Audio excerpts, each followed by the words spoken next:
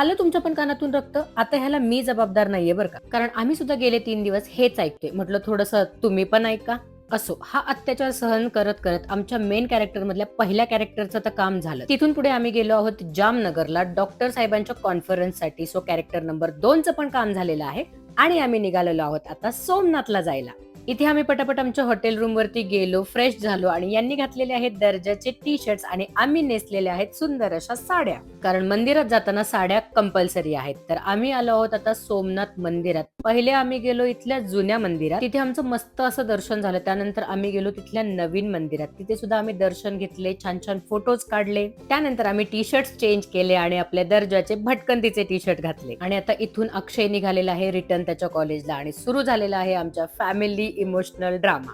आमच्या मामींच्या डोळ्यातलं पाणी बघून अक्षयलाही आवरलं नाही आणि आम्हाला कोणालाच. खरं तर आमच्या घरातून पहिल्यांदाच इतकं कोणीतरी दूर चाललं होतं, पण मनावर दगड ठेवून आम्ही त्याला बाय करत होतो, कारण उच्च शिक्षणाचा विषय होता. गाडीत बसेपर्यंत सुद्धा दादा सगळं व्यवस्थित आहे ना बघायला ये म्हणून त्याने दादाला बोलवलं आणि दादा पळत पळत गेला पण. असो, अक्षय निघालाय त्याच्या कॉलेजला आणि आम्ही निघालेलो आहोत पुण्याला परत. येताना आम्ही मस्तपैकी गरम गरम कॉफी आणि तंदुरी चहा घेतला. त्याच्यानंतर गाडीत आम्ही आराम केला. सकाळी उठून आम्ही नाश्ता केला. जवळजवळ अर्धी प्रॉपर्टी टोलच्या नावावर करतोय का काय असा भास होत होत आम्ही येऊन पोहोचलो महाराष्ट्रात आणि मुंबई मार्गे आम्ही आलो घरी. अक्षय, वी आर मिसिंग यू. खूप अभ्यास कर, काळजी घे आणि एन्जॉय कर.